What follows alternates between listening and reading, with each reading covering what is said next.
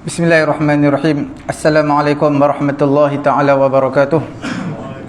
Alhamdulillahi rabbil alamin. Wassalatu wassalamu ala rasulina Muhammadin wa ala alihi wa sahbihi ajma'in. Allahumma aghnina bil ilmi wa zayyinna bil hilmi wa akrimna bit taqwa wa jammilna bil afiyati ya arhamar rahimin. Rabbi shrah li sadri wa yassir li amri wahlul 'uqdatam min lisani yafqahu qawli. Rabbi yassir wa la tu'assir wa tammim bil khair wa bika nasta'in wa la hawla wa la quwwata illa billahil aliyyil azim. Alhamdulillah tuan-tuan muslimin dirahmati Allah Subhanahu wa taala. Kita sambung perbincangan dalam bab sujud sahwi. Kita bincangkan ada beberapa sebab, ada 4 sebab dalam mazhab Syafi'i kita yang dituntut untuk sujud sahwi. Sementara tu saya suka menyebutkan mengenai sujud sahwi ni hukumnya sunat. Kita tak buat pun tak apa, cuma kita perlu tahu sebab-sebab yang dituntut untuk kita sujud sahwi. Satu situasi sujud sahwi ni wajib bila kita menjadi seorang makmum. Itu saja yang wajib kerana kita mengikut imam. Walaupun kita tak tahu apa kesalahan imam menyebabkan imam sujud sahwi, hukumnya wajib kita ikut. Selagi mana imam sujud sahwi sebelum memberi salam. Selepas memberi salam nanti kita akan bincangkan bagaimana imam sujud sahwi selepas memberi salam. Pada minggu yang lalu kita ada bincangkan perkara yang pertama, iaitu meninggalkan sunat ab'ad. Sunat ab'ad adalah yang kita bincang minggu yang lalu, iaitu meninggalkan tahiyat awal dan juga doa qunut. Cuma perbezaannya yang kita bincangkan pada minggu yang lalu, sekiranya imam tidak melaksanakan tahiyat awal, kalau kita buat maka hukumnya batal sembahyang. Sebab kita bercanggahan dengan imam, berlawanan dengan imam. Mengikut imam tu wajib. Bila imam tak buat, kita buat, maka hukumnya batal sembahyang. Sebab apa kunut tidak batal? Imam tak buat kunut, kita buat kunut, itu tidak batal. Sebab apa dalam tahiyat awal batal? Kerana nampak perbezaan yang ketara. Perbezaan antara makmum dan imam, perbezaan yang ketara. Kalau imam tak baca doa kunut, makmum baca, itu tidak nampak perbezaan. Kerana dalam qiyam, ketika qiyam, sami Allahu liman hamidah tu qiyam, imam tak baca, kita baca pun tak apa, sebab orang tak nampak perbezaan tersebut. Tapi bila imam tak buat tahiyat awal, makmum buat. Imam naik rakaat ketiga, makmum buat tahiyat awal, jadi hukumnya batal. Sebab nampak perbezaan yang ketara. Sama juga ketika mana pagi Jumaat, bila imam baca surah As-Sajdah, imam terlupa sujud tilawah. Dia terus dia baca innama yu'minu bi ayatina alladhina idza zukiru biha kharru sujadan wa sabbahu bihamdi rabbihim wa hum la yastakbirun tatajafa junubuhum 'anil madaji'i yad'una rabbahum khaufan wa tama'a. Dia tak sujud terus sama ayat berikutnya. Maka kalau makmum sujud, maka hukumnya batal sembahyang. Kalau imam sujud, makmum tak sujud, batal juga sembahyang. Sebab perbezaan yang ketara lah, perbezaan ketara. Kita ada bincangkan juga pada minggu yang lalu, ada beberapa perkara. Ada situasi yang pertama, sekiranya dia sembahyang berseorangan ataupun imam, itu hukumnya lain. Kita dah sebutkan pada minggu yang lalu. Sekiranya makmum dia ada hukum lain. Sekiranya makmum ini dia terlupa. Bila terlupa, hukumnya wajib dia ikut imam. Kalau dia ternaik rakaat ketiga, imam duduk tahiyat awal, ternaik rakaat ketiga, walaupun dah melaksanakan fardu, bangun rakaat ketiga rukun qiyam, tetap wajib turun, kerana mengikut imam itu wajib. Sama juga ketika mana kunut, dia tersujud, imam baca sami Allahu liman hamidah, Allahumma, imam panjang Allahumma hdina, jangan imam baca Allahu akbar, dia sujud, dah letak dahi dah, maka hukumnya wajib dia berpatah balik, bangun semula untuk baca doa kunut bersama imam. Kalau dia sengaja tidak wajib. Bila dia sengaja tak wajib, tapi perbuatan tersebut adalah berdosa, haram dan berdosa, sembahyang masih sah. Dan dia tak dituntut untuk hukumnya sunat je, untuk dia berpatah balik mengikut imam, sebab dia memang niat sengaja. Itu perbezaan, dua perbezaan lah, sengaja ataupun tidak sengaja. Dan kita ada bincang juga pada minggu yang lalu mengenai dengan kadar yang disunatkan sujud sahwi. Sujud sahwi ini sekiranya kadar yang, kalau dia tahiyat awal, tertinggal tahiyat awal, kadar lebih dekat kepada kadar untuk qiyam, lebih dekat kepada qiyam, maka pada ketika itu disunatkan sujud sahwi, walaupun dia boleh untuk berpatah balik duduk tahiyat awal. Begitu juga qunut. Bila qunut dia terlupa qunut, dah letak lutut dekat atas sejadah dah, tapi tak letak dahi, tak letak sujud, letak lutut, maka disunatkan dia berpatah balik, tapi disunatkan juga sujud sahwi. Disunatkan baca doa qunut, disunatkan sujud sahwi kerana hampir kepada perbuatan sujud. Bagi imam yang tak membaca doa qunut, makmum sunat baca. Cuma ada dua hukum di sini. Sekiranya dia rasa sempat untuk disunatkan makmum membaca doa qunut walaupun imam tak buat, disunatkan bila mana dia dalam sangkaan kuat dia sempat sujud pertama bersama imam. Kalau dia rasa dia sempat untuk bersama imam ketika mana habis doa qunut ketika imam duduk tahiyat awal, itu harus je, tak disunatkan harus. Tapi bila mana imam nak sujud dah yang kedua, pada ketika tu tak habis lagi doa qunut dia, maka diberi dua pilihan, sama ada niat mufaraqah tak ikut imam, niat mufaraqah tak ikut imam, habiskan doa qunut, ataupun dia terus sujud, terus sujud dan batalkan, dia tak perlu sambung bacaan doa qunut dia. Doa qunut yang kita bagi tahu minggu yang lalu ada dua doa qunut lah. Doa qunut ini himpunan dua perkara, iaitu doa dan juga pujian, ad-doa dan juga as-sana. Kita baca Allahumma ghfirli, wahai Allah ampunkan dosa aku, ya ghafur, ya ghafur, wahai zat yang maha pengampun. Allahumma ghfirli adalah doa, ya ghafur adalah pujian. Ada dua perkara ini dalam doa qunut, maka jadilah ia doa qunut walaupun pendek.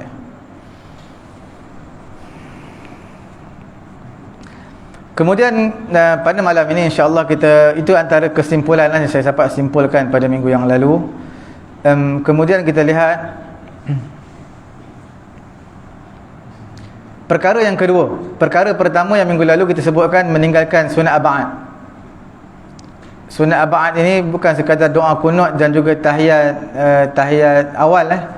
Dia ada lagi sunat ab'ad yang lain. Cuma ini yang menjadi isu selalunya, tahiyat awal dan juga doa qunut. Membaca selawat kepada keluarga Nabi, wa ala ali Muhammad atau wa ala ali Sayyidina Muhammad pada tahiyat akhir, itu pun sunat ba'ad juga. Kalau tak buat, disunatkan sujud sahwi. Tapi benda tu tak menjadi, dia tak ada banyak isu ataupun banyak cabangan masalah.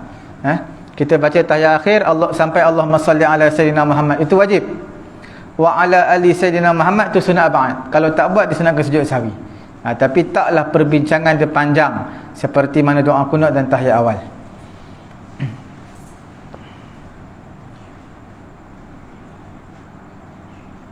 Okey. Sekarang ni kita lihat yang kedua. Yang disunatkan sujud sahwi adalah seseorang yang melakukan sesuatu perkara yang sengajanya batal, kalau terlupa tak batal. Maka disunatkan sujud sahwi. Apa dia? Contohnya seperti dia menambah rukuk atau menambah sujud. Kadang-kadang seseorang tu dia semayang, dia tak perasan tau, dia ni sujud kali pertama ke kali kedua, dia pun tak tahu. Bila tak tahu, dia anggap kali pertama lah, sebab dia tak tahu ni sujud kali pertama, sujud kali kedua. Kalau tak tahu, ambil yang paling sedikit, ambil yang yakin. Ambil yang yakin, mana ambil yang paling sedikit. Dikira sujud pertama, kemudian dia duduk tahiyat awal, sujud lagi. Sebenarnya tu dah sujud kali ketiga dah. Ataupun rukuk, dia tak perasan dia rukuk ke tak, maka dia kena rukuk sekali lagi. Ataupun dia menambah rakaat, dia tak perasan maghrib ni 2 ke 3 rakaat ni sekarang sedang semayang, dia tak ingat. Maka pada ketika itu dia perlu tambah lagi 1 rakaat. Sebab dalam hadis kata apa, fal yatrah asyak, maka buang yang ragu-ragu, wal yabni ala mastayqana, maka bina di atas yang yakin. Bina di atas yang yakin apa? Yang yakin yang paling sedikit lah. Kalau 2, 3 tu ragu-ragu. Sembahyang maghrib ni rakaat kedua atau ketiga. Nabi kata fal yatrah asyak, yang ragu-ragu mana rakaat ketiga. Itu yang kita ragu-ragu, campakkan tepi. Wal yabni ala mastayqana, bina di atas yakin. Yakin adalah 2 memang dah yakin. Cuma 3 ke bukan? 3 ke bukan, itu yang syak. Maka ambil yang paling sedikit. Seseorang yang makan sedikit, mana makanan terselit celah gigi dia, terselit celah gigi, maka dia keluarkan dengan lidah dia, kemudian dia telan. Dia telan tu dia terlupa yang kata itu membatalkan solat. Kalau tertelan makanan, batal solat kita. Walaupun celahan makanan yang di celahan gigi. Minum sedikit pun batal. Kalau hingus dia mengalir termasuk mulut, telan, batal juga. Kalau air hujan, air wudu, air peluh ke, tertelan, masing-masing sikit tertelan. Kalau sengaja dia batal. Kalau tak sengaja tidak batal. Tapi disunatkan sujud sahwi lah. Air yang luar daripada mulut kita lah, daripada bibir kita luar pada tu. Kalau kita telan, batal. Air dalam mulut tak apalah, kita telan. Ataupun memanjangkan rukun yang pendek. Rukun yang pendek dalam semayang ni 2 je, iaitu ketika i'tidal dan juga ketika duduk antara 2 sujud. Seseorang yang panjangkan rukun pendek, batal semayang dia. Tapi kalau dia terlupa, tidak batal. Dalam mazhab Syafi'i kita, rukun yang pendek ni tetap disyaratkan tamakninah. Tamakninah ni maksudnya berdirilah, sami Allahu liman hamidah, walaupun tak baca apa-apa pun tak apa, berdiri sekadar subhanallah. Duduk antara 2 sujud tak baca apa-apa pun tak apa, tapi duduklah sekadar subhanallah. Dalam mazhab Hanafi, dia tak ada rukun pendek, duduk tahiyat awal dia tak ada tamakninah pun tak apa. Sebab tu kita semayang dekat masjid India, di sujud pertama Allahu Akbar, duduk tahiyat, duduk kita baru nak angkat kepala sujud, dia Allahu Akbar dah. Tak ada tamakninah, sebab tidak menjadi syarat dalam mazhab Hanafi. Cuma dalam mazhab Syafi'i kita boleh rukun yang pendek ni panjangkan. Bila kita semayang sunat tasbih, sunat tasbih kan panjang, nak zikir subhanallah walhamdulillah wala ilaha illallah wallahu akbar wala hawla wala quwwata illa billahil aliyyil azim, ketika 10 kali ketika i'tidal, ketika duduk antara 2 sujud. Jadi itu kan memanjangkan rukun yang pendek. Batal semayang ketika solat tasbih, tidak mengapa. Sesiapa yang melakukan perkara-perkara yang saya sebutkan tadi, sama ada bercakap dengan sedikit, contoh dia melatah ke, tersebut 1-2 perkataan, maka dia tak sengaja. Sebab dia melatah, dia tak sengaja. Bila tak sengaja, kalau sengaja batal. Sebab tak sengaja disunatkan sujud sahwi. Kalau melatah banyak perkataan tu batal. Walaupun tak sengaja dia batal. Ataupun dia sedang semayang tersebut kalau dia tersilap baca, dia baca ayat Quran, dia tersilap kalau tu tak sengaja tidak batal, tapi disunatkan sujud sahwi. Kalau batal, kalau sengaja, maka batal semayang dia.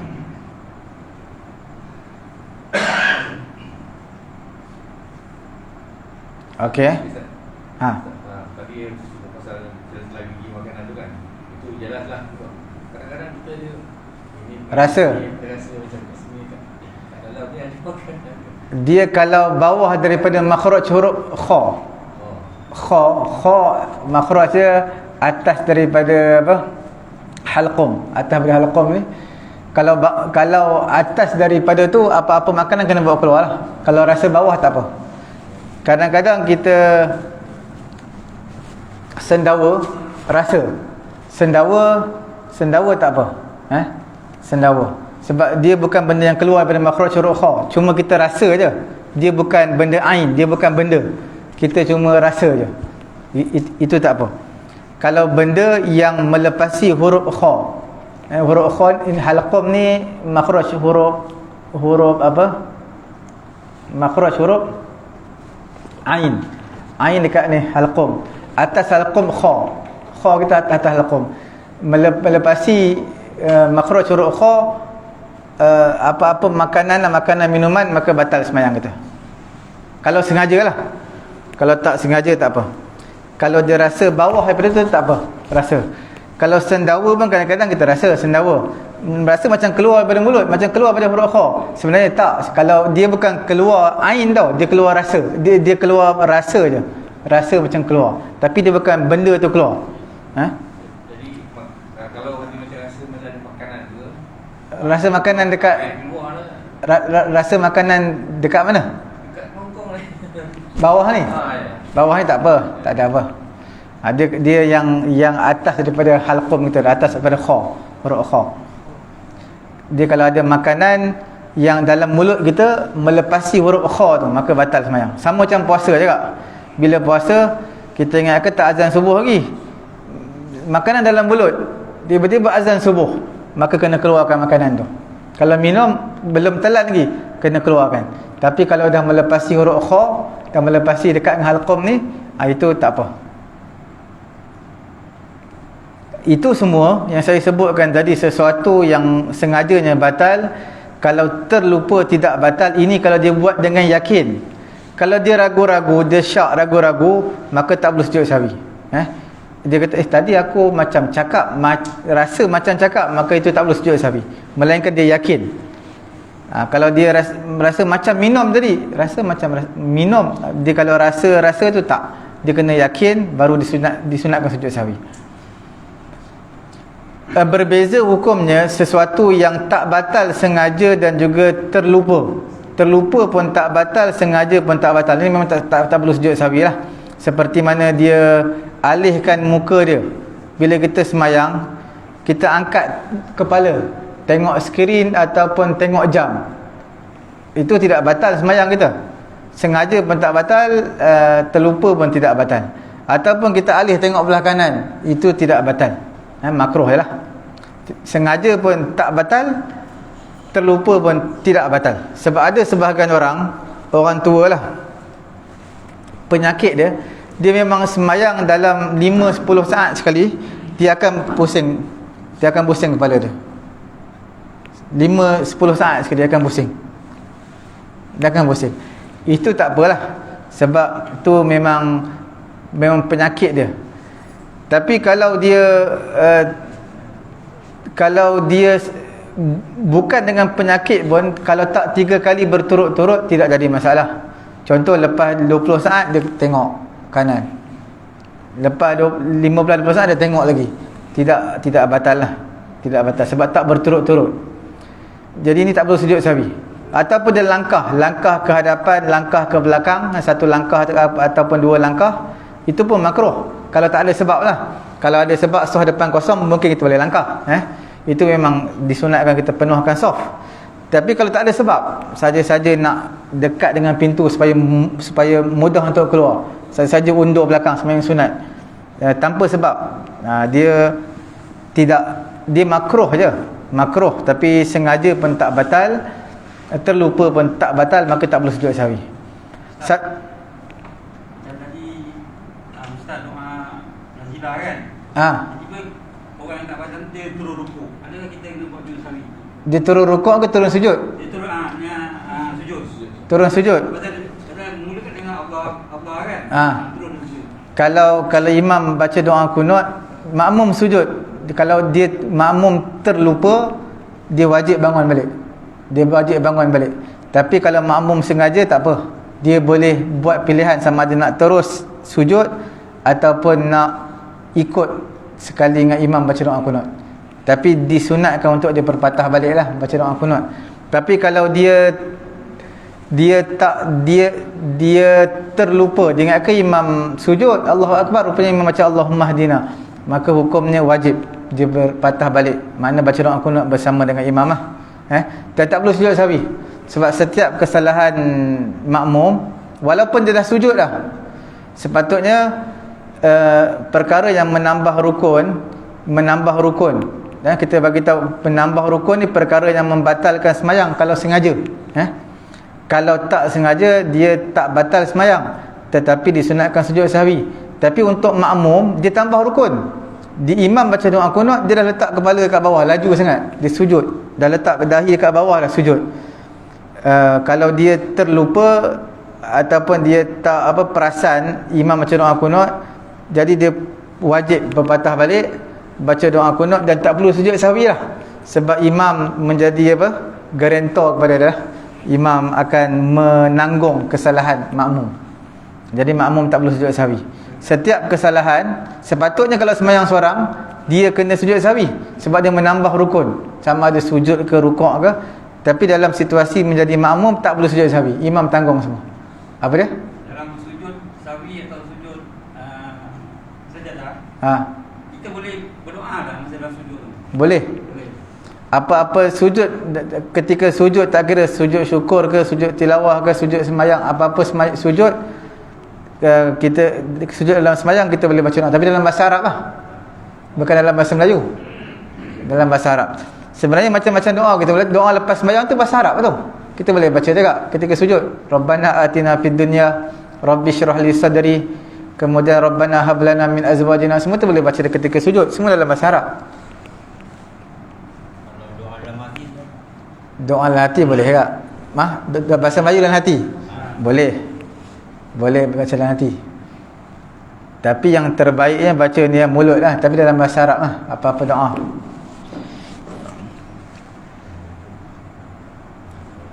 Satu lagi, sama juga, sengaja batal, tak sengaja pun batal. Ini pun tak disunatkan sujud sahwi.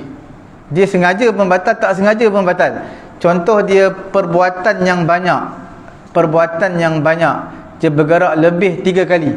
Bergerak lebih 3 kali anggota yang besar, kalau bukan disebabkan penyakit ataupun disebabkan apa-apa, dia memang saja-saja bergerak 3 kali pergerakan besar, dia gerakkan kepala dia 3 kali. Sebab sebahagian orang dia baca Quran dalam semayang, dia baca dalam keadaan berlagu. Bila berlagu ni dia bergoyang-goyang kepala dia, bergoyang sebab kepalanya anggota besar tau. Kalau bergoyang dianggap satu pergerakan. Kalau goyang tu nampak goyang yang ketara lah. Kalau goyang sikit-sikit tak apa, sikit, goyang sikit. Tapi kalau goyang yang ketara, maka setiap pergerakan tu dikira satu. 3 kali betul-betul batal. Bukan sebab apa batal? Bukan disebabkan penyakit. Kalau dia penyakit Parkinson ke apa, dia memang bergerak-gerak, itu tak apa. 10 kali 100 kali pun tak apa, sebab penyakit. Tapi kalau bukan sebab penyakit, sengaja pun batal, tak sengaja pun batal. Terlupa pun batal, tak terlupa pun batal. Ataupun dia bercakap banyak, macam tadilah, bila dia melatah dalam sembahyang, dia tak sengaja melatah yang banyak. Ulama kata lebih daripada 6 patah perkataan. 6 perkataan lebih. Bila dah lebih 6 perkataan, dia anggap banyak. Terlupa ataupun melatah ataupun sengaja, semua batal. Ni semua tak disunatkan sujud sahwi sebab dia bukan dalam situasi solat. Macam makan lah, bila termakan sikit, maka dia terlupa tu membatalkan solat, sunat sujud sahwi. Tapi kalau dia makan banyak, itu tak disunatkan sujud sahwi sebab sembahyang dia batal. Walaupun dia makan banyak dalam keadaan terlupa. Sebab mana mungkin tengah sembahyang boleh terlupa makan banyak. Dia makan banyak terlupa. Itu perkara yang kedua, apa dia? Setiap perkara yang sengajanya batal, sekiranya tidak sengaja tak batal, maka disunatkan sujud sahwi. Perkara yang ketiga, dia memindahkan rukun qauli ataupun tuntutan untuk dibaca qauli. Qauli ni yang berbentuk perkataan lah, bukan pada tempatnya walaupun sengaja. Contoh dia memindahkan rukun qauli ataupun perkara yang dituntut untuk baca secara sengaja ataupun terlupa, bukan pada tempatnya. Contohnya seperti mana Al-Fatihah. Fatihah kan rukun, tapi dia baca ketika tahiyat awal. Sebab imam bangun rakaat kedua, sujud yang kedua, rakaat kedua, duduk tahiyat awal.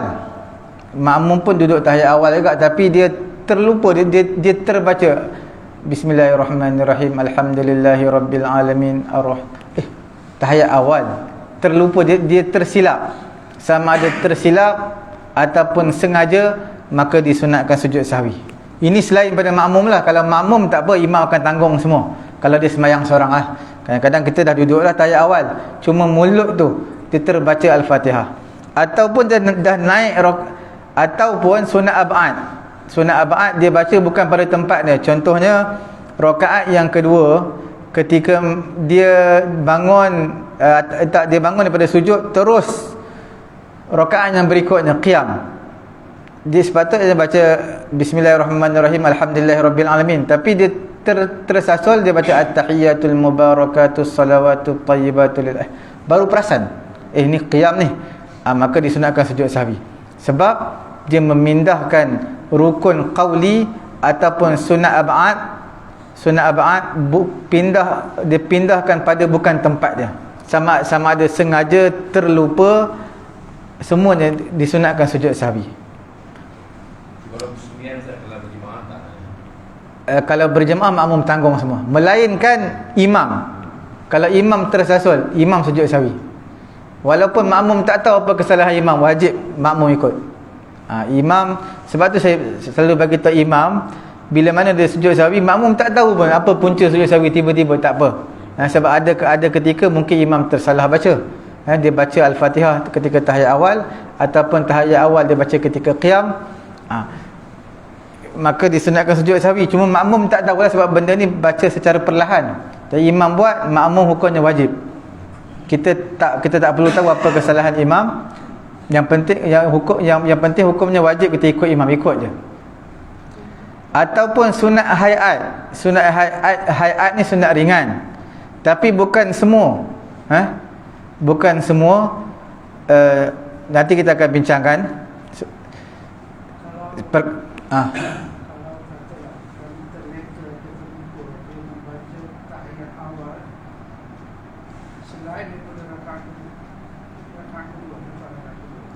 Maknanya dia baca tahiyat awal bila ketika sujud lah, ketika sujud ke tetap sunat sujud sahwi. Dia memindahkan sunat ab'ad ataupun rukun qauli Al-Fatihah tadi bukan pada tempat dia, maka disunatkan sujud sahwi. Batal tak? Dalam sembahyang ni, selagi mana kita tak melakukan perkara yang membatalkan sembahyang, maka dia tak akan batal. Perkara yang membatalkan sembahyang ada 10 aja. Selagi mana kita salah ke, kita tambah rakaat, kita kurang rakaat, kita terberi salam, kita apa-apa kesalahan, dia tak membatalkan sembahyang. Cuma kita kena tahu cara dia je. Cara macam mana kita nak mengatasi masalah tu. Kalau dia tersedar lah, teringat tadi aku baca tahiyat awal rakaat pertama, rakaat kedua dia kena buat juga. Kalau rakaat pertama dia terbuat tahiyat awal, rakaat kedua dia kena buat tahiyat awal, sunat buat. Lepas tu sujud sahwi. Sujud sahwi dia sebab apa? Bukan sebab baca tahiyat awal pada rakaat kedua, kerana menambah tahiyat awal pada rakaat yang pertama. Menambah sunat apa?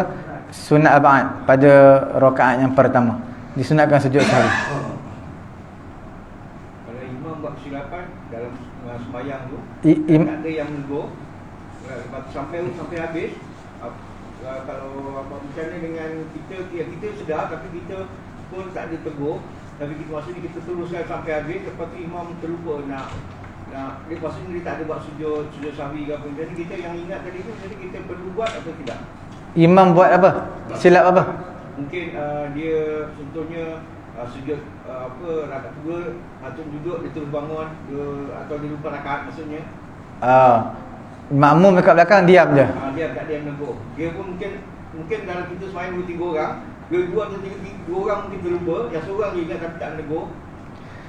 Tapi kalau imam menambah rakaat yang berikutnya, menambah, contohnya sembahyang Zuhur 4 rakaat, imam naik 5 rakaat, makmum dia kena tegur.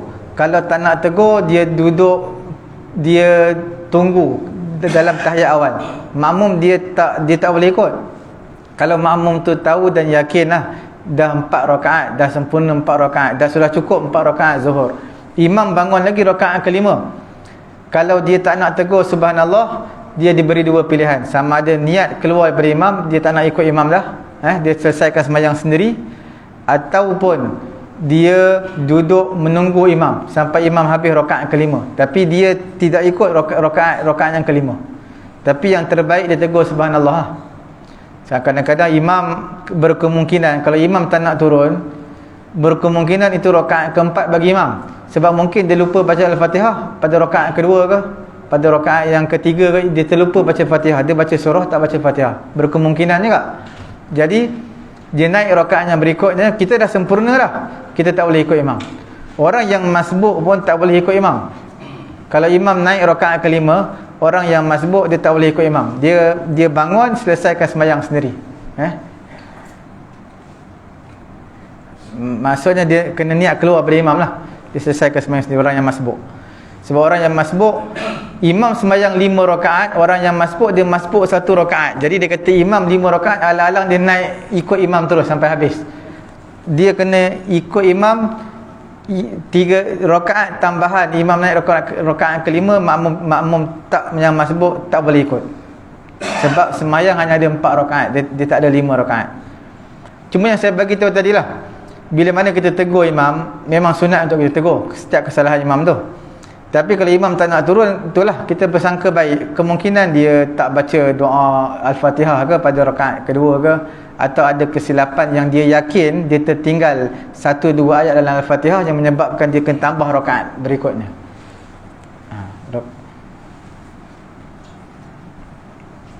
Tapi yang terbaik kena tegur subhanallah, tegur niat zikir dan juga niat untuk menegur imam. Jangan niat tegur semata-mata lah. Dalam mazhab Syafi'i, kalau niat tegur semata-mata seolah-olah berinteraksi dengan imam lah. Bila berinteraksi dengan imam, dia kira batal sembahyang. Jadi kena niat zikir juga, baca subhanallah tapi niat zikir. Bila memindahkan rukun, maksud pindah rukun ni rukun qauli lah, bacaan doa Al-Fatihah ke apa, dia pindahkan, maka disunatkan sujud sahwi. Sunat sujud sahwi kerana berlaku pemindahan tersebut. Kalau sunat ab'ad, seperti bacaan tasyahud, bacaan tahiyat awal, ataupun bacaan kunut, dia baca tempat lain, kunut rakaat kedua, dia baca rakaat pertama, ataupun dia baca kunut dalam sujud ke, ataupun terbaca kunut ketika rukuk ke, disunatkan sujud sahwi. Tapi yang sunat ab'ad ini disunatkan sujud sahwi, disunatkan sujud sahwi kalau dia pindahkan tempat lain. Satu lagi sunat hayat. Sunat hayat ni ulama kata kalau pindahkan surah juga kena sujud sahwi. Kalau pindahkan surah ni baca ketika qiyam, dia tak ada baca ketika rukuk, tak ada baca ketika sujud, hukumnya makruh baca ayat Quran ketika rukuk ataupun sujud, melainkan ayat Quran yang mengandungi doa tak apalah. Yang tak mengandungi doa hukumnya makruh. Ulama kata disunatkan sujud. Dan sunat hayat yang selain daripada surah, itu tak disunatkan sujud. Tak disunatkan sujud. Kalau dia sunat hayat ni banyak sangat. Setiap takbiratul ihram, setiap takbir intiqalat, takbir Allahu akbar rukuk, Allahu akbar sujud, sami Allahu liman hamid, itu semua sunat hayat. Subhana rabbiyal azimi wa bihamdihi, itu sunat hayat. Subhana rabbiyal a'la, rabbana lakal hamdu, itu semua sunat hayat. Allahu akbar kabira, doa iftitah, itu semua sunat hayat. Banyaklah. Antara sunat yang paling banyak adalah sunat hayat. Hayat sunat yang paling ringan, yang banyak dalam sembahyang. Di sisi Imam Romli, dia kata selain daripada surah tak perlu sujud sahwi. Imam Ibnu Hajar, dia kata sekiranya dia niat dia perlu sujud sekiranya dia niat zikir. Zikir tu dia niat untuk pindahkan tempat. Contohnya Ibnu Hajar kata, contoh dia baca subhana rabbiyal azimi wa bihamdih, tapi ketika sujud subhana rabbiyal a'la, dia baca subhana rabbiyal azim. Sekiranya dia niat zikir tu dia pindahkan, maka itu yang disunatkan sujud sahwi. Kalau dia tak niat, dia tersalah, tak perlu sujud sahwi.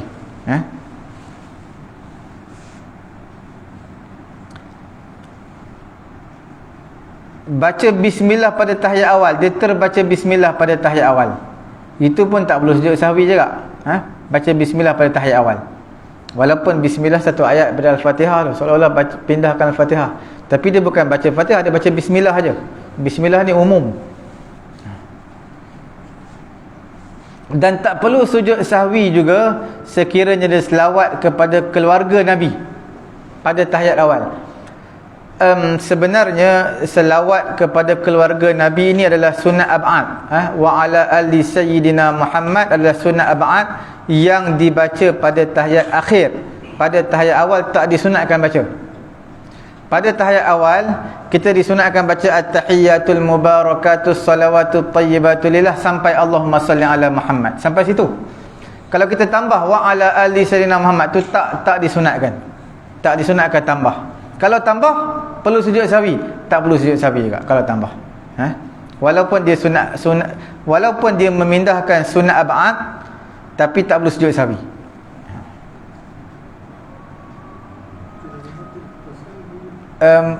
Memberi salam dengan sengaja itu batal semayang. Tuan-tuan semayang assalamualaikum warahmatullahi, batal.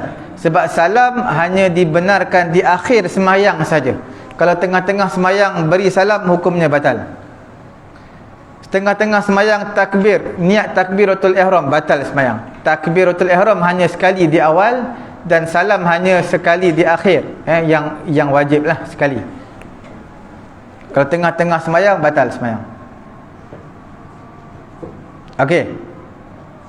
Ada apa soalan? Tak ada. Yang keempat.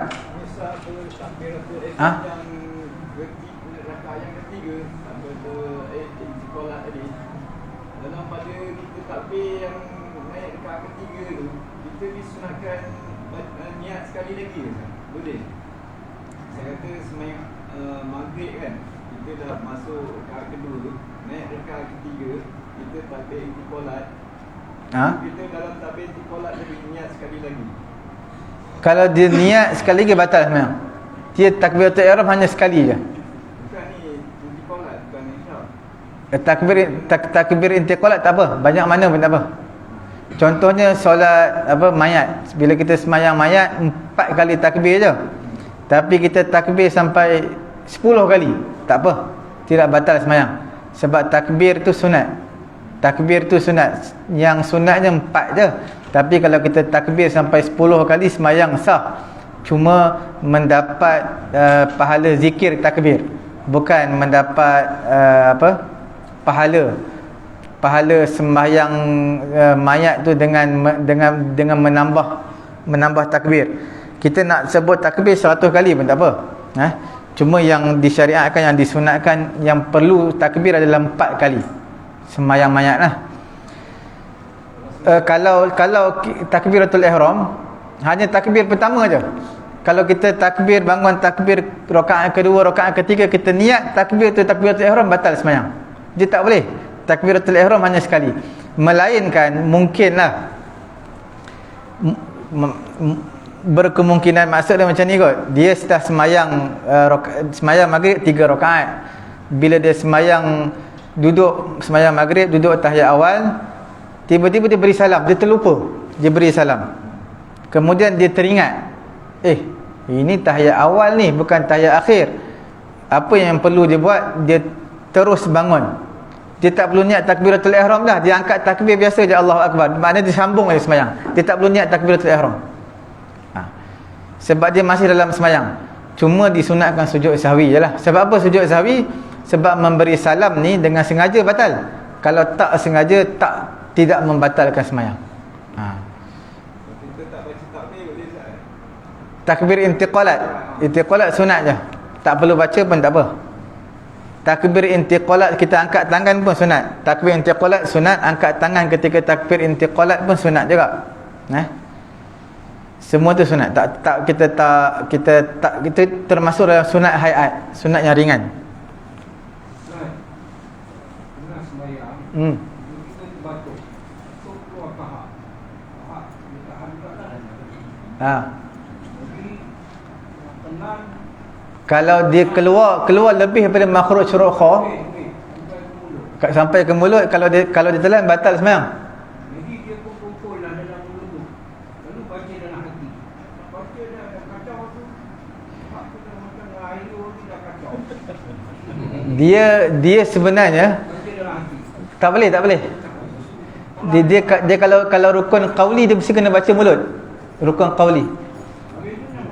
Kalau dia ada kalau dia pakai serban, kalau ada ekor serban, dia boleh buang dalam ekor serban tu. Kalau dia ada kain selendang, ambil kat selendang dia, buang dalam tu tutup. Tak ada apa, dia boleh letak dekat baju dia, lepas tu lipat sikit.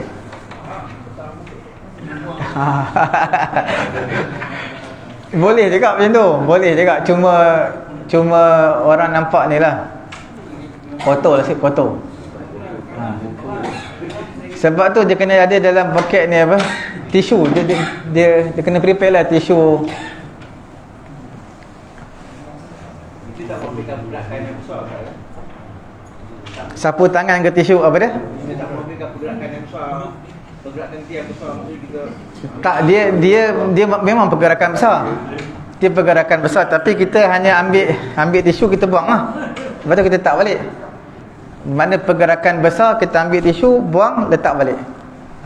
Dia dikira dua lah. Buang, letak balik. Kalau tak ada apa, dia ada satu cara. Buka ni kopiah, keluar, pakai balik. Itu betul. Itu boleh.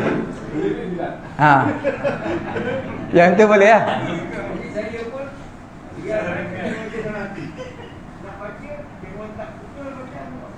tak, dia kalau rukun, kalau benda sunat, kalau benda sunat, dia setiap benda sunat pun dia kena baca ikut ni mulut. Kalau tak baca mulut, baca hati, dia tak akan dapat ni pahala. Dia tetap kena baca mulut. Tapi rukun Fatihah, baca tahiyat akhir tu perlu mulut, perlu pergerakan mulut. Jadi dia kena keluarkan juga kahak. Dia kena keluar.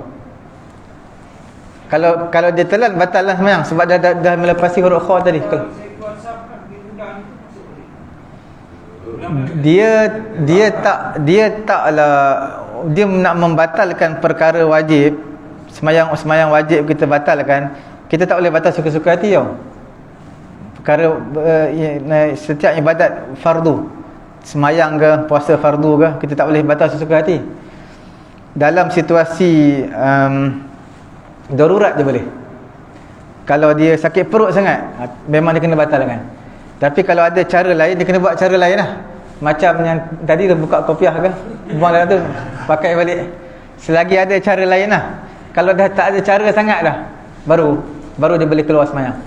Sekiranya ada cara lain, dia kena buat cara lain dulu lah. Dia sama macam puasa juga. Puasa sunat kita boleh batal, sembahyang sunat kita boleh batalkan. Tapi sembahyang fardu, puasa fardu, kita tak boleh batal suka-suka hati. Kalau kita puasa qada, nazar, kita tak boleh buka. Tak boleh buka suka-suka hati kita. Tetap, walaupun orang datang rumah, walaupun orang datang rumah kita, orang jemput kita makan kenduri, kita tak boleh buka. Sebab tu puasa fardu. Puasa nazar, qada, puasa fardu. Walaupun orang datang rumah ke, orang jemput kita kenduri, kita tak boleh batalkan. Sebab dia fardu. Kita kena bagi tahu ini puasa fardu, memang tak boleh batal. Kalau puasa sunat boleh batalkan. Ustaz, tertib tu kita keluar daripada batal tadi, kita nak perlu bagi salam dulu ataupun terus keluar je? Kita nak beri salam pun boleh, ataupun kita nak keluar terus pun boleh. Kalau kita keluar tu memang batal lah sembahyang. Sebab pertama kita niat nak batal sembahyang. Kalau kita tak niat apa, kita dah berjalan 3 kali pergerakan, dah batal lah sembahyang. Kalau nak beri salam pun boleh juga. Beri salam. Walaupun nak terkentut kan saya kata. Kalau dah terkentut, kita tak perlu beri salam lah. Memang dah batal sembahyang lah. Memang dah batal sembahyang. Tak, kita tak perlu beri salam dah. Perkara yang keempat ni nanti kita sambung lah. Perkara yang keempat ni maknanya dia berlaku sesuatu pada rukun fi'ali dia. Dia berlaku sesuatu yang dia rasa ragu-ragu sama ada rakaat ketiga ke rakaat keempat. Kemudian dalam masalah ni ada banyaklah perkara-perkara yang kita nak sebutkan yang berlaku. Kita sambung nanti lah. Sama ada sembahyang seorang ataupun sembahyang berjamaah. Tak boleh saya tanya satu soalan. Boleh. Saya sembahyang Ustaz. Lepas itu lepas sembahyang kawan saya yang saya bawa baca apa kira ada. Kalau kuat lah itu. Jadi ganggu orang mereka. Tapi tahu saya baca biasa je. Saya pernah sembahyang kawan itu pernah komplain. Tapi itu seorang tu komplain dia. Jadi saya nak tahu. Jadi saya pun tak kata saya baca pelan, mungkin saya baca kuat. Jadi saya nak tahu macam ni garis panduan Ustaz. Sangat mana boleh baca Ustaz? Dia yang kita sembahyang sekadar dengar di telinga kita je lah. Jadi maksud dengar di telinga kita ni, dengar ketika waktu sunyi. Sekarang ni kalau kita baca pun mungkin kita tak dapat dengar bacaan kita dengan baik tau. Sebab ada bunyi kipas, ada bunyi bising semua. Maksudnya kalau kita baca tu dalam keadaan perlahan, telinga kita dengar bacaan kita. Jadi mana kita baca slow je lah. Macam sekarang ni kita tak perlu baca kuat, kita baca slow je. Sebab kalau kita tidak dapat dengar pun tak apa, sebab dia banyak benda luar bunyi bising. Ganggang bunyi. Tapi masalah Ustaz, kalau dia tegur bunyi bising, yang orang lain tak ada tegur, saja seorang yang tegur Ustaz. Sampai dia siapa? Mungkin pada aku mungkin lebih kuat kan. Ada kekurangan kita. Memang kita memang selalu biasa memang kita selalu cuba kita tak.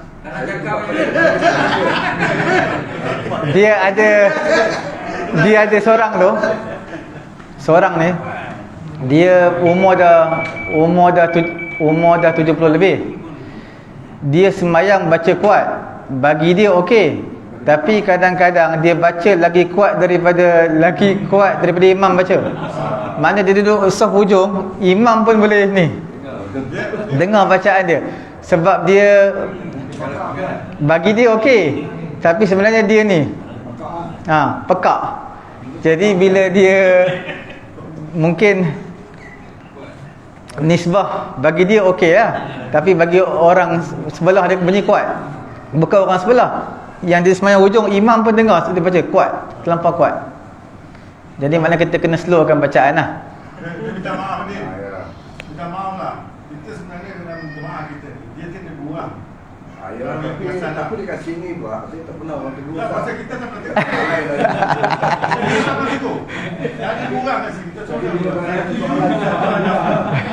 Tapi dia kurang sekarang. Tapi bila bertanya soal tu, Tapi soalan kita terpaksa tu siap malam. Jadi orang macam ni dia patutnya dia kena asing diri dia lah. Dia nak jauh lah. Saya nak tanya Tak dia kena baca slow agak, slow aja. Tak memang ni.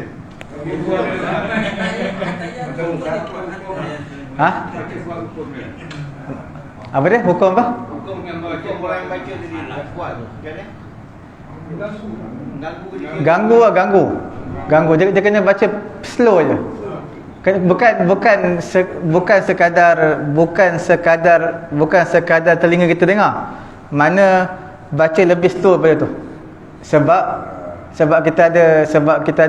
Sebab bagi orang yang ada masalah ni, sound trouble lah. dia kena baca slow lagi. Slow. Jadi Jadi Ustaz, jadi kebetulan malam ini saya tadi nak betul teranglah dengan sahabat semua. Saya nak tahu ada ke saya baca kuat. Kuat. Siapa yang kata kuat? Kuat. Tapi kita nak dulu ya sampai sekali. Kalau Hanafi tu mungkin saya tidak baca kuat. Dah kenapa? Saya Hanafi tu kuat. Saya tidak kuat. Tapi saya baca kuat macam dia ke? Kuat sama dia. Sama. Nabi kita ada tegur orang. Okay, jadi saya kalau saya Ustaz, saya baca Quran Ustaz. Jangan takut pada masalah pendengaran tu ni. Jangan takut tak dengar. Masalah pendengaran okey. Apa dia? Dalam keadaan biasa, limit dia buang di kanan kita atau buang Tak, dia sebenarnya baca sekadar telinga kita dengar, tapi dalam situasi yang apa? Sunyi. Tapi bila kita sembahyang surau, bunyi bising lah, kipas ni bunyi, semua bunyi. Jadi mana kita kena slowkan lagi lah bacaan kita. Kita kena slow sikit. Kalau kita nak bagi telinga kita dengar betul-betul, susah lah sebab banyak bunyi bising. Jadi kita kena slowkan sikit. kadang-kadang biasa sedap semua. Orang sebelah kita dengar masih okey lagi kan. Tak, dia sekadar telinga kita dengar je. Mana kalau orang sebelah dengar kata lebih kan. Orang sebelah dengar kira bising je, kuat lah. Kuat. Dia betul-betul slow je baca. Tapi masih baca dengan mulut kan, bukan dalam hati. Bukan mulut, baca dengan mulut. Kalau kita Hanafi tak apa lah kot. Kalau baca Hanafi dan kita. Saya rasa semua baca mulut. Tapi Hanafi pun tak dengar Ustaz. Allah Akbar dia terus buat, dia terus. Saya selalu sembahyang dengan orang lah. Tak, mazhab Hanafi, dia tak perlu baca Fatihah, tak apa, sah sembahyang. Dia boleh baca surah lain. Dia baca surah lain apa-apa, dia baca surah Bismillahirrahmanirrahim, inna a'tayna kal kausar. Boleh ya? Kita kena baca Fatihah. Dia dah batal Ustaz. Macam mana? Kalau kita tak baca batal kan. Batal. Okey, kita tutup majlis dengan tasbih kafarah. Subhanallah wa bihamdihi, subhanakallahumma wa bihamdika, asyhadu an la ilaha illa anta, astaghfiruka wa atubu ilaik. Bismillahirrahmanirrahim. Alhamdulillahi rabbil alamin, wassalatu wassalamu ala rasulina Muhammadin wa ala alihi wa sahbihi ajma'in. Allahumma anfa'na bima 'allamtana wa 'allimna ma yanfa'una wa zidna 'ilma. Alhamdulillahi ala kulli hal wa na'udzu billahi min hali ahli an-nar. Wa sallallahu ala sayyidina Muhammadin wa ala alihi wa sahbihi ajma'in. Alhamdulillahi rabbil alamin. Taqabbalallah.